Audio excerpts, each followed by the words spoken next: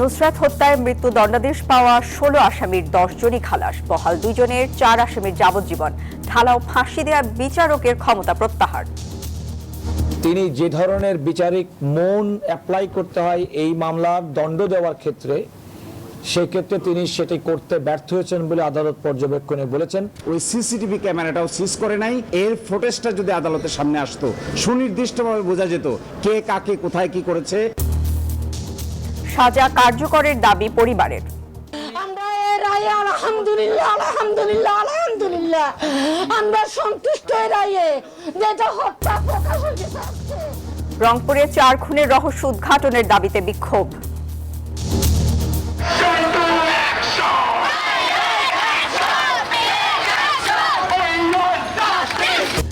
রাজনৈতিক টানাপোড়েনের প্রভাব বাণিজ্যে পড়বে না বললেন ভারতীয় হাই কমিশনার। নবায়নযোগ্য জ্বালানি প্রকল্পে বিনিয়োগে আগ্রহী যুক্তরাষ্ট্র। মক্কা প্রতিরক্ষা চুক্তিতে আগ্রহী বাংলাদেশ, জানালেন পররাষ্ট্র প্রতিমন্ত্রী। প্রধানমন্ত্রীর সম্ভাব্য ভারত সফর নিয়ে এখনও কাজ করছে ঢাকা, দিল্লি। স্থানীয় নির্বাচনে দলীয় প্রতীক না থাকায় বিশৃঙ্খলার আশঙ্কা নেই বললেন রিজভী। ভোটের দিনক্ষণ এখনই বলা যাচ্ছে না, মন্তব্য সিইসির। গণভোটের রায় বাস্তবায়নে কোনো ছাড় দেওয়া হবে না, হুঁশিয়ারি জামায়াতের। ৭২-এর সংবিধান সামনে রেখেই সংস্কার হবে বললেন আইনমন্ত্রী। সরকারের ৬ মাসে অর্থনৈতিক পুনরুদ্ধারের স্বচ্ছতা ও সংস্কারের অভাব দেখছে সিপিডি। বিদ্যুতের দাম না বাড়ায় সন্তোষ প্রকাশ। এবং হরমুজ দিয়ে এক ফোঁটা তেলও নয়, মার্কিন নিষেধাজ্ঞার আগেই ইরানের হুঁশিয়ারি। বিশ্ববাজারে মূল্যস্ফীতির শঙ্কা, জর্ডানের সিরিয়া ইসরায়েল বৈঠক।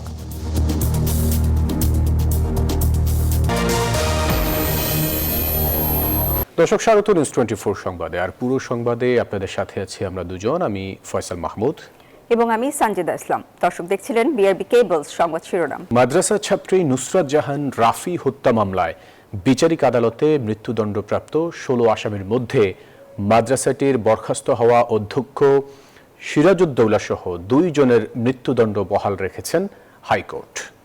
এছাড়া মৃত্যুদণ্ডপ্রাপ্ত অন্য ৪ জনের সাজা কমিয়ে যাবজ্জীবন ও ১০ জনকে খালাস দিয়েছেন আদালত। বিচারিক আদালতের রায় যথাযথ না হওয়ায় সংশ্লিষ্ট বিচারকের বিচারিক ক্ষমতা কেড়ে নেয়ারও নির্দেশ দেওয়া হয়েছে। ফেনীর সোনাগাজীর নুসরাত জাহান রাফি যে মাদ্রাসার ছাত্রী ছিলেন, সেই মাদ্রাসার ছাদে ডেকে নিয়ে তার হাত পা বেঁধে গায়ে কেরোসিন ঢেলে আগুন ধরিয়ে দেওয়া হয়েছিল ২০১৯ সালের এপ্রিলে। পরে ঢাকায় চিকিৎসাধীন অবস্থায় তার মৃত্যু হয়। মামলার নথি অনুযায়ী সোনাগাজী ইসলামিয়া ফাজিল মাদ্রাসার তৎকালীন অধ্যক্ষ সিরাজউদ্দৌলা নিজ কক্ষে ডেকে নিয়ে নুসরাতের শ্লীলতাহানি করেন। এ ঘটনায় মামলা হলে তাকে গ্রেপ্তার করা হয়। সেই মামলা তুলে না নেওয়ায় নুসরাতের গায়ে আগুন ধরিয়ে দেওয়া হয়েছিল। এমন নৃশংস ঘটনায় দেশ জুড়ে নিন্দার ঝড় ওঠে। ফেনীর নারী ও শিশু নির্যাতন দমন ট্রাইব্যুনাল সে বছর অক্টোবরে অধ্যক্ষ সিরাজ সহ ১৬ জনকে মৃত্যুদণ্ডের আদেশ দেয়। হাইকোর্টে আসামিদের ডেথ রেফারেন্স, আপিল ও জেল আপিলের ওপর শুনানি শেষে বিচারপতি ভীষ্মদেব চক্রবর্তী ও বিচারপতি কে এম রাশেদুজ্জামান রাজার সমন্বয়ে গঠিত বেঞ্চের দেয়ার রায়ে সেই অধ্যক্ষ সিরাজউদ্দৌলা ও শাহাদাত হোসেন শামীমের মৃত্যুদণ্ড বহাল রাখা হয়। আর ৪ জনের যাবজ্জীবন কারাদণ্ড এবং বাকি ১০ জনকে খালাস দেওয়া হয়। যথাযথ বিচার করতে ব্যর্থ হওয়ায় সংশ্লিষ্ট বিচারকের বিচারিক ক্ষমতা কেড়ে নেওয়ার নির্দেশ দিয়েছেন আদালত। তিনি এই জাজমেন্টটা রায় দেওয়ার ক্ষেত্রে কার কিভাবে দণ্ড দেওয়া উচিত, কার কি কতটুকু মামলার ঘটনার সঙ্গে সম্পৃক্ততা, সেটাও আমলে নিতে ব্যর্থ হয়েছেন। এই বিচারক মামুনুর রশিদকে ফৌজদারি মামলার বিচার এবং সেক্ষেত্রে তার দণ্ড দেওয়ার ক্ষেত্র থেকে তাকে সরিয়ে আনার জন্যই আইন, বিচার এবং সংসদ বিষয়ক মন্ত্রণালয়ের প্রতি নির্দেশনা প্রকাশ করেছেন। এদিকে আসামি পক্ষের আইনজীবীদের দাবি, সিসিটিভি ফুটেজ গায়েব করে দেয়ায় নুসরাত হত্যার রহস্য এখনও উদ্ঘাটিত হয়নি। রায়ের বিরুদ্ধে উচ্চ আদালতে আপিল করা হবে। মাননীয় হাইকোর্ট বিভাগ ২ জনের আপনার ডেথ বহাল রেখেছেন। একজন হলো ওই মাদ্রাসার প্রিন্সিপাল যিনি, আর আরেকজন হলো শাহাদাত হোসেন শামীম। আজকে হাইকোর্ট ডিভিশনের রায়ের মধ্য দিয়ে এই ব্যাপারে অনেকগুলো ফাইন্ডিং এসেছে, যেগুলো আমাদেরকে এই 164 নির্ভরশীলতা থেকে বেরিয়ে আসতে সাহায্য করবে। ইনভেস্টিগেটিং অফিসার ওই সিসিটিভি ক্যামেরাটাও সিজ করে নাই। এর ফুটেজটা যদি আদালতের সামনে আসতো, সুনির্দিষ্টভাবে বোঝা যেত কে কাকে কোথায় কি করেছে, কিভাবে কে কাকে মেরেছে কিংবা মারে নাই। নুসরাত হত্যা মামলায় ১৬ আসামি কারাগারে রয়েছে। যাবজ্জীবন পাওয়া ৪ আসামিকে কন্ডেম সেল থেকে সাধারণ জেলখানায় সরানোর নির্দেশ দিয়েছেন হাইকোর্ট। মাহমুদ হাসান, নিউজ 24, ঢাকা। এদিকে নুসরাত জাহান রাফি হত্যা মামলায় উচ্চ আদালতের দেয়া রায়ে সন্তুষ্টি প্রকাশ করেছেন নুসরাতের পরিবার। রায় দ্রুত কার্যকরের পাশাপাশি নিজেদের নিরাপত্তা নিশ্চিতের দাবিও জানান তারা। রায়কে ঘিরে নুসরাতের বাড়িতে নিরাপত্তা জোরদারের কথা জানিয়েছে পুলিশ। আলোচিত মাদ্রাসা ছাত্রী নুসরাত জাহান রাফি হত্যা মামলার হাইকোর্টের রায়ের পর ফেনী সোনাগাজীতে দেখা দিয়েছে মিশ্র প্রতিক্রিয়া। সোমবার উচ্চ আদালতের ঘোষিত রায়ে 16 আসামির মধ্যে 2 জনের মৃত্যুদণ্ড বহাল রাখা হয়েছে।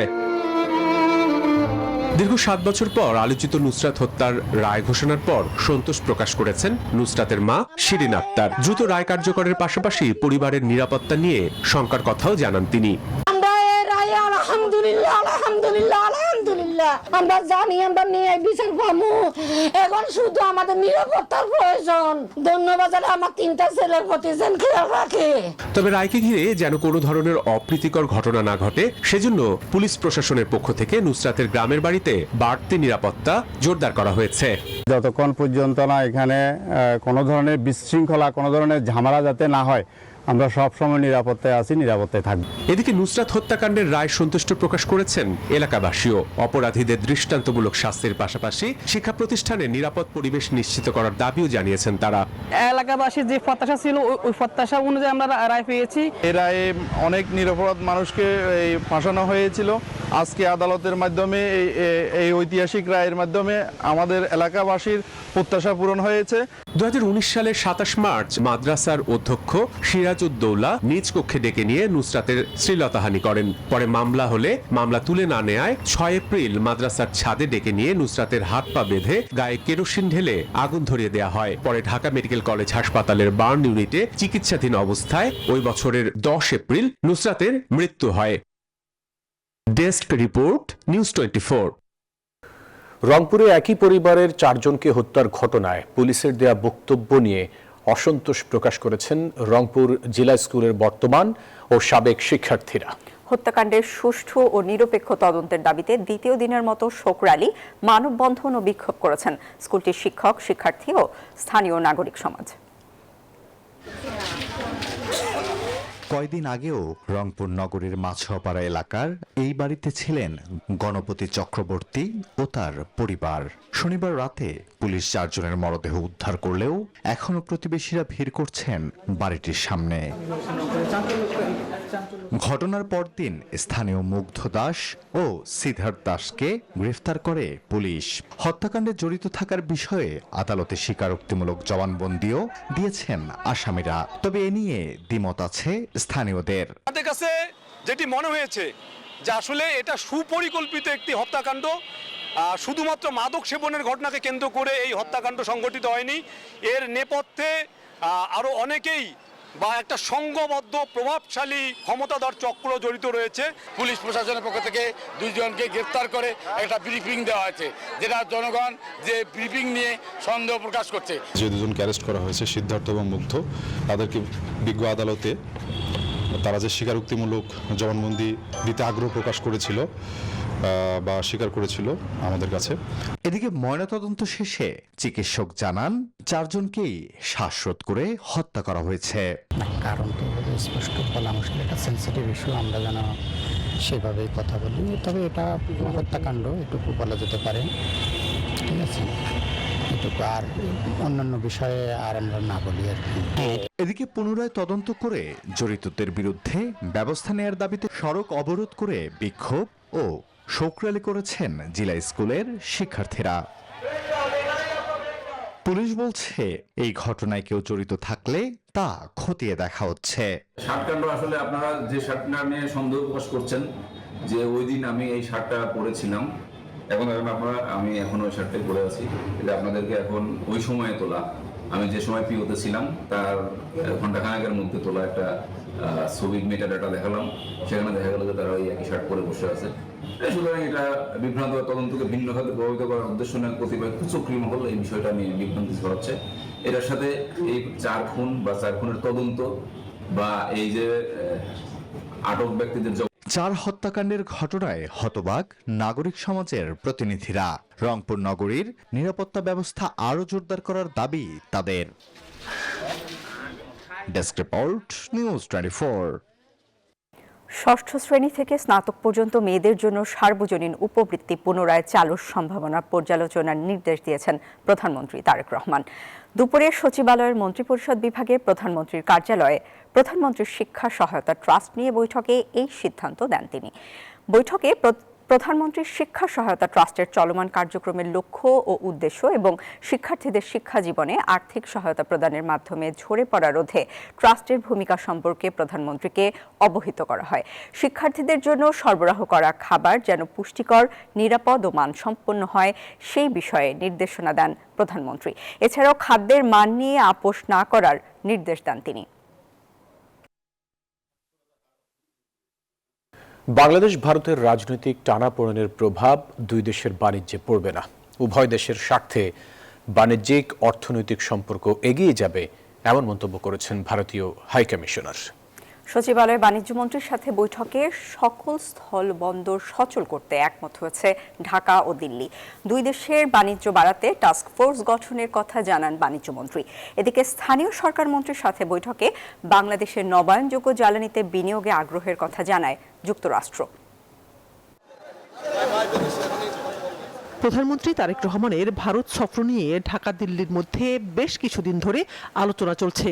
তবে ভারতে পালিয়ে যাওয়া প্রধানমন্ত্রী শেখ হাসিনাকে সংবাদ সম্মেলনের সুযোগ করে দেওয়ার পর সেই সফরের অনুকূল পরিবেশ নেই বলে জানিয়েছে ঢাকা। তবে রাজনৈতিক এমন অবস্থানের প্রভাব বাণিজ্যিক সম্পর্কে পড়বে না বলে মনে করছে দুই দেশ। বাণিজ্যমন্ত্রীর সাথে ভারতীয় হাইকমিশনারের বৈঠকে দুদেশের বাণিজ্য আরও এগিয়ে নেওয়ার বিষয়ে আলোচনা হয়। দীনেশ ত্রিবেদী বলেন, দুই দেশের জন্য অর্থনীতি এবং রাজনীতি দুটোই গুরুত্বপূর্ণ। তবে মানুষের চাওয়া দুই দেশের উন্নয়ন। অর্থনৈতিক বিবেচনা কখনো রাজনীতিকে ছাপিয়ে যায়। অর্থনীতি রাজনীতি থেকে আগে চলে যায়, তখন রাজনীতি ওর পেছনে পেছনে যায়। অর্থনীতি হবে লোকেদের উন্নয়নের কাজ। আর যখন লোকেরা ভাববে যে এই রিলেশন আমাদের সবাইয়ের জন্য ভালো, তাহলে পলিটিক্স কম্পালশন হয়ে যাবে।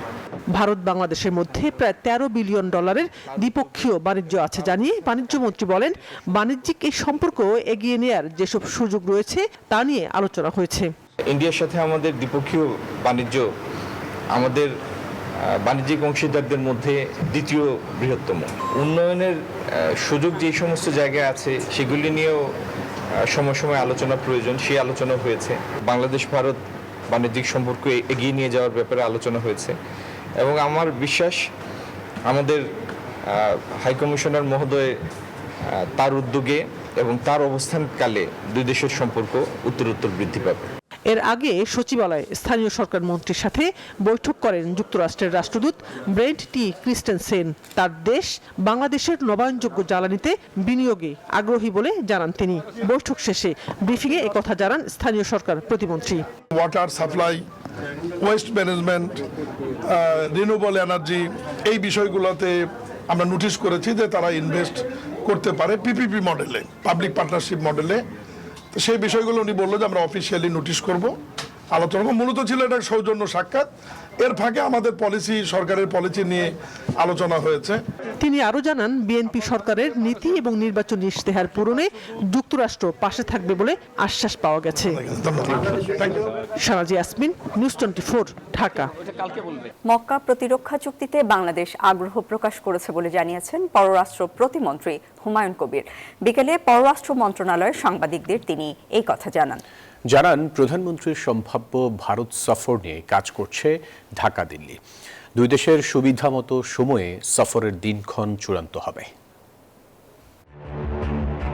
গত 7 আগস্ট সৌদি আরবের পবিত্র মক্কা নগরীতে পাকিস্তান, সৌদি আরব এবং তুরস্কের মধ্যে স্বাক্ষরিত হয় ত্রিপক্ষীয় যৌথ প্রতিরক্ষা চুক্তি বা মক্কা প্রতিরক্ষা চুক্তি। নেটোর আদলে তৈরি এই চুক্তির পরই বাংলাদেশের অংশগ্রহণের সম্ভাবনা নিয়ে শুরু হয় নানা আলোচনা। এরই মধ্যে নতুন পররাষ্ট্র প্রতিমন্ত্রী হুমায়ুন কবির এই চুক্তিতে বাংলাদেশের আগ্রহের বিষয়টি তুলে ধরেন। বলেন, যদি মুসলিম দেশগুলোর মধ্যে নিরাপত্তা সংশ্লিষ্ট কোনো চুক্তি হয়, সেখানে বাংলাদেশের উপস্থিতি অস্বাভাবিক নয়। ইসলামিক নেশনসের মধ্যে একটা সিকিউরিটি প্যাক্ট হয়, তাহলে ওখানে তো অস্বাভাবিক না যাওয়া। So let's see, it's being viewed positively. দেশের স্বার্থকে সর্বোচ্চ গুরুত্ব দিয়ে ভারসাম্যপূর্ণ কূটনীতি পরিচালনার কথাও জানান প্রতিমন্ত্রী। প্রতিবেশী ভারতের সঙ্গে সম্পর্কের ক্ষেত্রেও সমতা ও ন্যায্যতার ভিত্তিতে এগিয়ে যাওয়ার প্রত্যয়ের কথা বলেন তিনি। দেশের ন্যাশনাল ইন্টারেস্টের ভিত্তিতে বাংলাদেশে ফরেন ইকোনমিক এন্ড সিকিউরিটি পলিসির একটা ব্যালেন্স রাখা। এদিকে জ্বালানি সহযোগিতা নিয়েও মধ্যপ্রাচ্যের পাশাপাশি আরও কয়েকটি দেশের সঙ্গে আলোচনা চলছে বলেও জানান হুমায়ুন কবির। জোরালো অবস্থান নেওয়া মানুষ সকল। মাহমুদুল হাসান ইমন, নিউজ 24, ঢাকা। বিএনপির নাম ভাঙিয়ে অপকর্মকারীদের বিরুদ্ধে কঠোর ব্যবস্থা নেওয়ার হুঁশিয়ারি দিয়েছেন দলটির ভারপ্রাপ্ত মহাসচিব রুহুল কবির রিজভী। বলেন, ত্যাগী ও যোগ্যদের মূল্যায়ন করবে বিএনপি। দুপুরে জিয়া উদ্যানে শ্রদ্ধা নিবেদন শেষে এই কথা বলেন তিনি। স্থানীয় সরকার নির্বাচনে কোনো দলীয় প্রতীক না থাকায় বিশৃঙ্খলা ছাড়াই মনোনীত প্রার্থীরা জয়ী হবেন বলে আশা প্রকাশ করেন তিনি। ভারপ্রাপ্ত মহাসচিবের দায়িত্ব পাওয়ার পর জিয়া উদ্যানে শ্রদ্ধা জানাতে আসেন রুহুল কবির রিজভী। আর এ উপলক্ষেই শহীদ রাষ্ট্রপতি জিয়াউর রহমান এবং সাবেক প্রধানমন্ত্রী খালেদা জিয়ার সমাধিতে নেতাকর্মীদের উপচে পড়া ভিড়, স্লোগানে মুখরিত চারপাশ। নেতারা বলেন, রিজভির মতো একজন ত্যাগী নেতাকে দলের ভারপ্রাপ্ত মহাসচিব করায় তৃণমূল উজ্জীবিত হবে। রিজভী আহমদকে মূল্যায়ন করার মাধ্যমে এটাই প্রমাণিত হয়েছে তারেক রহমান নিয়োজিত নেতাকর্মীদের, মাঠ পর্যায়ের নেতাকর্মীদের যারা গত 17 বছর কষ্ট করেছেন তাদেরকে মূল্যায়ন করবেন। তৃণমূলের নেতাকর্মীদের অবশ্যই উৎসাহিত করবে এবং দল আগের চাইতে বেশি পরিমাণে সুশৃঙ্খল এবং সুসংগঠিত হবে। তারেক রহমান যে বাংলাদেশ গড়ার স্বপ্ন দেখেছেন, আমরা আশা করি যে আমাদের সকল নেতৃবৃন্দ ঐক্যবদ্ধভাবে কাজ করে সেই বাংলাদেশ এদেশের মানুষকে উপহার দিবে। শ্রদ্ধা নিবেদন ও দোয়া মোনাজাত শেষে গণমাধ্যমের সাথে কথা বলেন বিএনপির ভারপ্রাপ্ত মহাসচিব। বলেন, সারা দেশে দলের নাম ভাঙিয়ে অপকর্মকারীদের বিরুদ্ধে ব্যবস্থা নেওয়া হচ্ছে। যারা দলের নাম ভাঙিয়ে নানা ধরনের অপকর্মে যুক্ত ছিলেন তাদের বিরুদ্ধে শক্ত পদক্ষেপ নিয়েছে। সুতরাং কেউ অনৈতিক কাজ করবেন না, গঠনমূলক কাজে থাকবেন, দলকে শক্তিশালী করতে হবে। এবার স্থানীয় সরকার নির্বাচনে কোনো প্রতীক না থাকায় বিশৃঙ্খলা ছাড়াই মনোনীত প্রার্থীরা জয়ী হবে বলে আশা প্রকাশ করেন তিনি। উপজেলার নেতা বা থানার নেতা বা জেলার নেতারা তারা সবকিছু যাচাই বাছাই করে ইউপি নির্বাচনে যিনি যোগ্য প্রার্থী তাকে সমর্থন দেবেন। কারণ দলীয় প্রতীকে এখন তার নির্বাচন হবে না, তারা সমর্থন দেবেন দলের নেতাকর্মী এবং আমাদের যারা সমর্থক আছেন তাকেই তারা সমর্থন করবেন। বলেন, ত্যাগী ও যোগ্যদেরই মূল্যায়ন করবে বিএনপি। জনগণের জন্য কাজ করলে সেই দলের সরকার কোনোদিনই ব্যর্থ হবে না। নাইম আল চিক্কো, নিউজ 24, ঢাকা। স্থানীয় সরকার নির্বাচনের দিনক্ষণ এখনই বলা যাচ্ছে না বলে জানিয়েছেন প্রধান নির্বাচন কমিশনার AMM নাসির উদ্দিন। দুপুরে রাজধানীর আগারগাঁওয়ে নির্বাচনী প্রশিক্ষণ ইনস্টিটিউটে এক কর্মশালায় এসব কথা বলেন তিনি।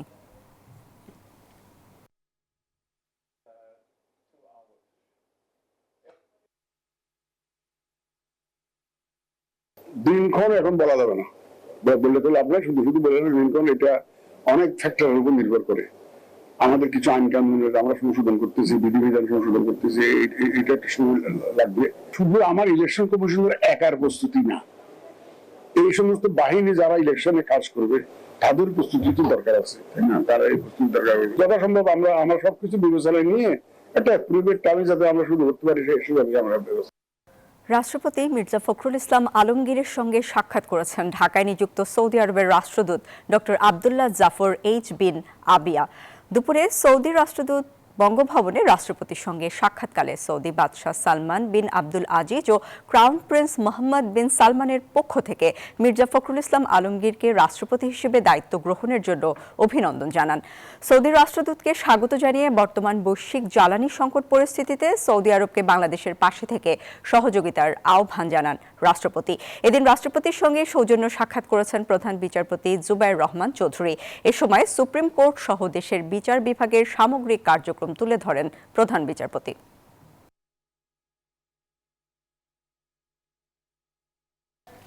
গণভোটের রায় কার্যকরে তিল পরিমাণ ছাড় দিবে না জামাত, এই কথা বলেছেন দলটির সেক্রেটারি জেনারেল মিয়া গোলাম পরওয়ার। দুপুরে বিরোধী দলীয় নেতার বাসভবনে সংবাদপত্রের সম্পাদকদের সাথে জামায়াত আমিরের মত বিনিময়ের বিষয়ে ব্রিফ করেন পরওয়ার। দেশে যেন নৈরাজ্যের দিকে না যায়, বিরোধী দলকে সেদিকে সতর্ক থাকার আহ্বান জানান সম্পাদকরা। এছাড়া আরেক অনুষ্ঠানে বিরোধী দলীয় চিফ হুইপ নাহিদ ইসলাম অভিযোগ করেন, সরকার সব জায়গায় নির্লজ্জ দলীয়করণ করছে। বিরোধী দলীয় নেতার সরকারি বাসভবনে জাতীয় দৈনিকের সম্পাদকদের সাথে মতবিনিময় করেন বিরোধী দলীয় নেতা ডাক্তার শফিকুর রহমান। সংসদে বিরোধী দলের ভূমিকা, দেশের স্থিতিশীলতা, গণতন্ত্র বজায় রাখতে জামায়াতের কর্মপন্থা সম্পাদকদের অবহিত করেন তিনি। এ সময় ফ্যাসিবাদ এবং আন্দোলনের নামে নৈরাজ্য ফিরে না আসে, বিরোধী দলকে সেদিকে সতর্ক থাকতে পরামর্শ দেন সম্পাদকরা। পার্লামেন্ট যাতে ট্রুলি যাতে বাংলাদেশের সমস্ত মানুষকে রিপ্রেজেন্ট করে, সেটার দিকে সবাই একই ভাবে সুরে কথা বলেছেন, যাতে ফ্যাসিবাদ এবং বিরোধী দলীয় নৈরাজ্য কোনোটাই ফিরে না আসে, এই আহ্বান আমরা জানিয়েছি। একটা প্রতিবেশীর সাথে আরেক প্রতিবেশীর যেমন সম্পর্ক থাকে, তারা ওই সম্পর্কই তারা চান, যে তার থেকে বেশিও না যে বাংলাদেশের সবকিছু উজাড় করে দিতে হবে, আবার তার সাথে সেই প্রতিবেশীর সাথে যেন কোনো শত্রুতা না থাকে। পরে জামায়াতের সেক্রেটারি মিয়া গোলাম পরোয়ার জানান, গণভোটের রায় বাস্তবায়নে তিল পরিমাণ ছাড় দেবে না তার দল। বাংলাদেশের সবচেয়ে প্রধান ইস্যু হচ্ছে এখন গণভোটের রায়। 70% লোক হাতে ভোট দিয়ে জয়যুক্ত করেছে। ওই রায় কার্যকর করার প্রশ্নে 11 দলীয় ঐক্য তথা জামাত ইসলামী তিল পরিমাণ ছাড় দেবে না। এদিকে সরকারের 6 মাস নিয়ে এনসিপির সংবাদ সম্মেলনে নাহিদ ইসলাম অভিযোগ করেন, সবখানে নির্লজ্জ দলীয়করণ করছে বিএনপি। অনেকগুলা তাদের প্রতিশ্রুতির সাথে তারা নিজেরাই বরখেলাপ করেছে। তারা বলেছিল সাশ্রয়ী বিদ্যুৎ দিবে, 2 বছর মূল্য বৃদ্ধি করবে না, 3 মাসের মধ্যে তারা বিদ্যুৎ বৃদ্ধি করেছে। মেগা প্রকল্প তারা বলছিল, মেগা প্রকল্প নিবে না, তারা শিক্ষা, স্বাস্থ্য এগুলোতে ইনভেস্ট করবে, অবকাঠামোতে তারা ইনভেস্ট করবে না, কিন্তু আমরা দেখছি তার বেশ বড় কয়েকটি মেগা প্রকল্প তারা নিয়েছে। বলেন, 11 দলীয় ঐক্যের বিভাগীয় লং মার্চ থেকে সরকারকে কঠোর বার্তা দেওয়া হবে। 2টা অধিবেশনে কিন্তু আমরা সবগুলা বিষয় তাওহিদুল ইসলাম, নিউজ 24, ঢাকা। 72-এর সংবিধানকে ভিত্তি ধরেই সংবিধান সংস্কার করতে হবে বলে জানিয়েছেন আইনমন্ত্রী মোহাম্মদ আসাদুজ্জামান। গত 6 মাসে দেশে কোনো বিচার বহির্ভূত হত্যাকাণ্ড হয়নি বলেও দাবি করেন তিনি। আর প্রধানমন্ত্রীর রাজনৈতিক উপদেষ্টা জহিরুদ্দিন স্বপন বলেন, বিগত সরকারের আমদানি নির্ভর নীতির কারণে জ্বালানি খাতে তৈরি সংকট কাটিয়ে ওঠার চেষ্টা করছে সরকার। সকালে রাজধানীতে এক সেমিনারে এসব কথা বলেন তারা। নির্বাচনের আগে দেওয়া প্রতিশ্রুতির 6 মাসে কতটা বাস্তবায়ন হয়েছে সেই হিসাব তুলে ধরতে রাজধানীর সিডাপ মিলনায়তনে এই সেমিনার আয়োজন করে centre for government studies CGS. এতে বলা হয়, ক্ষমতাসীন দলের 116টি প্রতিশ্রুতির মধ্যে 34টি বাস্তবায়নের পথে থাকলেও 82টি রয়েছে স্থবির অবস্থায়। অন্যদিকে বিরোধী দলগুলোর 102টি প্রতিশ্রুতির মধ্যে 13টিতে পাওয়া গেছে সক্রিয় তৎপরতা। অনুষ্ঠানে বিভিন্ন রাজনৈতিক দলের নেতারা অভিযোগ করেন, 6 মাসে মব ভায়োলেন্সে 71 জনের মৃত্যু হয়েছে, বেড়েছে নারী ও শিশুদের প্রতি সহিংসতা। নতুন কর্মসংস্থানে সরকারের প্রতিশ্রুতির মূল্যায়নের দাবি জানান তারা। এই গণভোটের প্রস্তাবকারী যদি বিএনপি হয়, এখানে যখন প্রায় 71% মানুষ ভোট দিল, তারপরে এখন সেটা বাস্তবায়নের এই অবস্থা কেন? 6 মাসে 71 জন মারা গেছে মব ভায়োলেন্সে। মার্ডার কিন্তু হয়েছে 1789টা। 1.5 বছরে 1 কোটি লোকের চাকরি বন্দোবস্ত করবে, কিন্তু গত 6 মাসে কতজনের হয়েছে এবং কতজনের চাকরি গিয়েছে? আমার মনে হচ্ছে যে সরকারের সাফল্য ব্যর্থতা নিরূপণের এটি একটি মাপকাঠি হতে পারে। মানবাধিকার কমিশনকে বা গুম কমিশনকে দায়িত্বটা দিতেন তদন্তের জন্য, পরে না হয় চেঞ্জ করে এটা যদি কোনো খারাপ দিক হতো তাহলে ওনারা পরিবর্তন করতেন। উনি তো বলেছেন আইন পরিবর্তনশীল। রাজনৈতিক দলগুলোর এসব অভিযোগের জবাব দেন আইনমন্ত্রী মোহাম্মদ আসাদুজ্জামান। 72 সংবিধান যতক্ষণ পর্যন্ত আছে, এই সংবিধানকে আমার অ্যামেন্ডমেন্ট করতে হবে। অ্যামেন্ডমেন্টের প্রক্রিয়ায় যে জুলাই সনদকে আমার সামনে রাখতে হবে, যেগুলোকে আমরা সংস্কারের জন্য স্বাক্ষর করেছি। এদিকে বিগত সরকারের আমদানি নির্ভর নীতির কারণে জ্বালানি খাতে সংকট তৈরি হয়েছে বলে দাবি করেন প্রধানমন্ত্রীর রাজনৈতিক উপদেষ্টা জহিরুদ্দিন স্বপন। গত 17 বছরে উত্তোলনের জন্য কোনো টাকাই খরচ করা হয় নাই। তাহলে অন্তত মাটির নিচে যা আছে তা দিয়ে অন্তত নির্ভর থাকতে পারতাম। মধ্যপ্রাচ্যের যুদ্ধ যাই হোক না কেন, আমার তো অন্তত গ্যাস দিয়ে চলবে 10-15 বছর, সেই ব্যবস্থাও করে দিয়ে যায় নাই। তাহলে এরকম একটা কিন্তু সংকটের উত্তরাধিকার, রাজনৈতিক উত্তরাধিকার হিসাবে আমরা এখানে দাঁড়িয়ে আছি। দেশের অর্থনৈতিক স্বার্থকে অগ্রাধিকার দিয়ে সরকার পররাষ্ট্রনীতি পরিচালনা করছে বলে জানান উপদেষ্টা। সবার আগে বাংলাদেশ, এই নীতিমালাটাকে নিশ্চিত করেই আমরা আমাদের পররাষ্ট্রনীতিকে চর্চা করে চলছি। রাশেদ জায়খান, নিউজ 24, ঢাকা। সরকারের প্রথম 6 মাসে অর্থনীতি কাঙ্ক্ষিত গতিতে ঘুরে দাঁড়াতে পারেনি। প্রবাসী আয় ও বৈদেশিক মুদ্রার রিজার্ভ সহ 12টি সূচকে অগ্রগতি দেখা গেছে, তবে অবনতি হয়েছে 19টি সূচকে। এমন মূল্যায়ন বেসরকারি উন্নয়ন সংস্থা সিপিডির। সংস্থাটি বলছে এই সময়ে 95টি শিল্প কারখানা বন্ধ হয়েছে, কর্মসংস্থান হারিয়েছে 62,000 মানুষ। সোমবার সরকারের 6 মাসের পারফরমেন্স পর্যালোচনার শীর্ষক মিডিয়া ডায়ালগে এসব তথ্য তুলে ধরেন ডক্টর দেবপ্রিয় ভট্টাচার্য। 5 বছরে 1 কোটি নতুন কর্মসংস্থানের প্রতিশ্রুতি দিয়ে ক্ষমতায় আসা বিএনপি সরকার শুরুতেই হোঁচট খেয়েছে জ্বালানি আর বিদ্যুৎ সংকটে। তাই সদিচ্ছা থাকা সত্ত্বেও প্রথম 6 মাসে বাড়েনি কর্মসংস্থান, বরং জ্বালানি সংকটে বন্ধ হয়েছে 95 শিল্প কারখানা, কাজ হারিয়েছে 62,000 মানুষ। এমন মূল্যায়ন তুলে ধরেছে centre for policy dialogue CPD.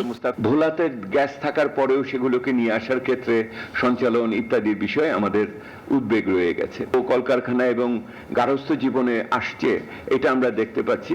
Doctor Debapriya বলছেন, আগের সরকারের কাছ থেকে বর্তমান সরকার একটি ভঙ্গুর অর্থনীতি পেয়েছে। দুর্বল ব্যাংকিং খাত, খেলাপি ঋণ, অর্থ পাচার ও রাজস্ব ঘাটতির মতো বড় চ্যালেঞ্জ ছিল। তবে এসব সামলে অর্থনীতিকে ঘুরে দাঁড় করানোর ক্ষেত্রে আশানুরূপ গতি দেখা যায়নি সরকারের প্রথম 6 মাসে। এই সরকার যখন আসে তার কিছু সে উত্তরাধিকার সূত্রে কিছু কাঠামোগত অসুবিধা পেয়েছে, টাকা নাই, ব্যাংকের অবস্থা খারাপ এবং অনেক টাকা পাচার হয়ে যাওয়া এবং অনেক টাকা অনাদায়ী থাকা ব্যাংকের ইত্যাদি বিষয়গুলো আমরা সেখানে বলেছি। চলতি অর্থ বছরের রাজস্ব সংগ্রহের পরিকল্পনাকে উচ্চাভিলাষী উল্লেখ করে সিপিডি বলছে, বছর শেষে প্রায় 1.5 লাখ কোটি টাকা ঘাটতি থাকতে পারে। 1 লক্ষ কোটি টাকা ঘাটতি হয়েছিল, অর্থাৎ ওনারা যে প্রাক্কলন করেছিলেন তার 17% ওনারা আহরণ করতে পারেন নাই, 1 লক্ষ কোটি টাকা। তবে কৃষি খাতে 10,000 কোটি টাকা ঋণ মওকুফ, প্রান্তিক গ্রাহকদের বিদ্যুতের দাম না বাড়ানোর সিদ্ধান্তকে ইতিবাচক হিসেবে দেখছে সংস্থাটি। এটা ইতিবাচক বলে আমরা মনে করি। ফারজানা রিয়া, নিউজ 24, ঢাকা। শিল্পে গ্যাস সংকটের প্রভাব এবার পড়ছে ব্যাংকিং খাতেও। নিয়মিত গ্যাস না পাওয়ায় অনেক কারখানায় উৎপাদন 40% পর্যন্ত কমেছে, কোথাও বন্ধ রয়েছে কাজ। এতে আয় কমিয়ে ঋণের কিস্তি পরিশোধ করতে পারছেন না উদ্যোক্তারা।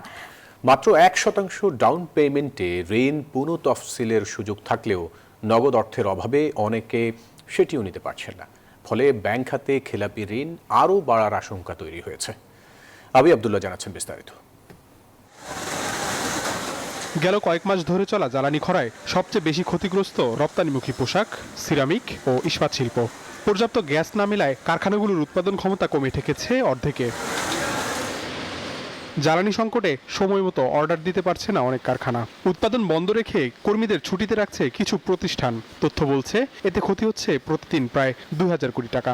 আয় কমলেও মজুরি, সার্ভিস চার্জ ও ঋণের সুদ দিতে হচ্ছে। ফলে ঋণ পরিশোধে সক্ষমতা কমে বাড়ছে খেলাপি ঋণের ঝুঁকি। হঠাৎ করে এনার্জি ক্রাইসিস হওয়া, এলএনজি অ্যাভেলেবিলিটি স্কেয়ার্স হয়ে যাওয়া, this will put further pressure to the economy.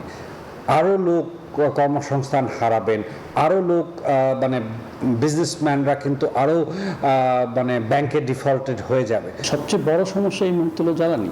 তো জ্বালানির নিশ্চয়তা যদি আমরা না পাই এবং জ্বালানি যখন আমরা পাবো না, তখন কিন্তু আমাদের ইন্ডাস্ট্রি চলবে না। আমাকে যদি আপনি টাকা দেন, নীতি সহায়তা দেন, কিন্তু জ্বালানি না দেন, তাহলে কিন্তু আমার কোনো কাজে হবে না। গত মার্চ পর্যন্ত ব্যাংকিং খাতে খেলাপি ঋণের পরিমাণ দাঁড়িয়েছে প্রায় 6 লাখ কোটি টাকা। পাহাড়সম ঋণ কমাতে 1% ডাউন পেমেন্টে পুনঃতফসিলের পথ খুলে দেয় বাংলাদেশ ব্যাংক। তবে আয় না থাকায় এই সুযোগও হাতছাড়া হচ্ছে উদ্যোক্তাদের। এতে খেলাপি ঋণ 6 লাখ কোটি টাকা ছড়ানোর আশঙ্কা দেখছেন ব্যাংকাররা। তো এই যে কন্টিনিউয়াস যে টানা পোড়ানোর মধ্যে চলতেছে, তো এইভাবে ডেফিনেটলি কোনো একজন ব্যবসায়ী ইনভেস্ট করবে না। তো অনেকে দেখো ডাউন পেমেন্টটা যে করেছে 1%, সেটা কিন্তু 1% দিয়েছে, বাকি 1% এখন দিতে পারছে না। তো সাহেব ওগুলো আবার এনপিএলে যোগ হয়ে যাবে। বাংলাদেশ ব্যাংকের জুরিসডিকশনের মধ্যে যে বিষয়গুলো পড়ে সেগুলোকে অ্যাড্রেস করবে এবং অন্যান্য যে পার্টগুলো আছে সরকারের অন্যান্য অর্গান বা অন্যান্য রেগুলেটর যদি সেই বিষয়গুলো নিশ্চিত করতে পারে, তবে সমষ্টিকভাবে আমরা বিনিয়োগের ক্ষেত্রে একটা গতি দেখতে পাবো। দ্রুত গ্যাস সরবরাহ স্বাভাবিক করে কারখানা সচল করা না গেলে শুধু শিল্প খাত নয়, পুরো ব্যাংকিং ব্যবস্থায় আরও ক্ষতিগ্রস্ত হওয়ার আশঙ্কা দেখছেন খাত সংশ্লিষ্টরা। আবি আব্দুল্লাহ, নিউজ 24, ঢাকা। এবারে জানাবো আন্তর্জাতিক সংবাদ। হরমুজ দিয়ে 1 ফোঁটা তেলও রপ্তানি হতে দেবে না ইরান। মার্কিন নিষেধাজ্ঞার আগেই তেহরানের এমন পাল্টাবার্তা। এতে নতুন করে উত্তেজনা ছড়িয়েছে মধ্যপ্রাচ্যে। উদ্বেগ বিশ্ব অর্থনীতিতেও, কারণ হরমুজে তেল প্রবাহে বাধা মানেই বিশ্ব বাজারে নতুন ঝুঁকি। বাড়তে পারে তেলের দাম, পরিবহন ব্যয় ও মূল্যস্ফীতি। চাপে পড়তে পারে তেল নির্ভর এশীয় অর্থনীতিও। একদিকে অর্থনৈতিক চাপ, অন্যদিকে তেল বন্ধের হুমকি। মুখোমুখি যুক্তরাষ্ট্র ও ইরান। তেহরানের বিরুদ্ধে বড় ধরনের অর্থনৈতিক অভিযান শুরু করতে যাচ্ছে ওয়াশিংটন। পাল্টা হুমকি ইরানের। চাপ অব্যাহত থাকলে হরমুজ প্রণালী দিয়ে এক ফোঁটাও তেল রপ্তানি হতে দেবে না তারা। এই বার্তায় সবচেয়ে বড় উদ্বেগ হরমুজ প্রণালীকে ঘিরে। বিশ্বের অন্যতম গুরুত্বপূর্ণ এই জ্বালানি রুটে সরবরাহ বাধাগ্রস্ত হলে শুধু মধ্যপ্রাচ্য নয়, প্রভাব পড়বে বৈশ্বিক জ্বালানি বাজারেও। বাড়তে পারে জ্বালানির দাম, চড়তে পারে পরিবহন ব্যয়, তীব্র হতে পারে মূল্যস্ফীতি, চাপে পড়তে পারে তেল নির্ভর এশীয় অর্থনীতিও। ইরানের সঙ্গে ব্যবসা করা দেশ ও প্রতিষ্ঠানগুলোকেও নিষেধাজ্ঞার আওতায় আনার প্রস্তুতি নিচ্ছে ওয়াশিংটন। তারও কঠোর প্রতিক্রিয়া তেহরানের। সাফ জানিয়েছে, উপসাগরীয় দেশগুলো যুক্তরাষ্ট্রের অর্থনৈতিক যুদ্ধে সহযোগিতা করলে তাদেরকেও ইরানের শত্রু বলে গণ্য করা হবে।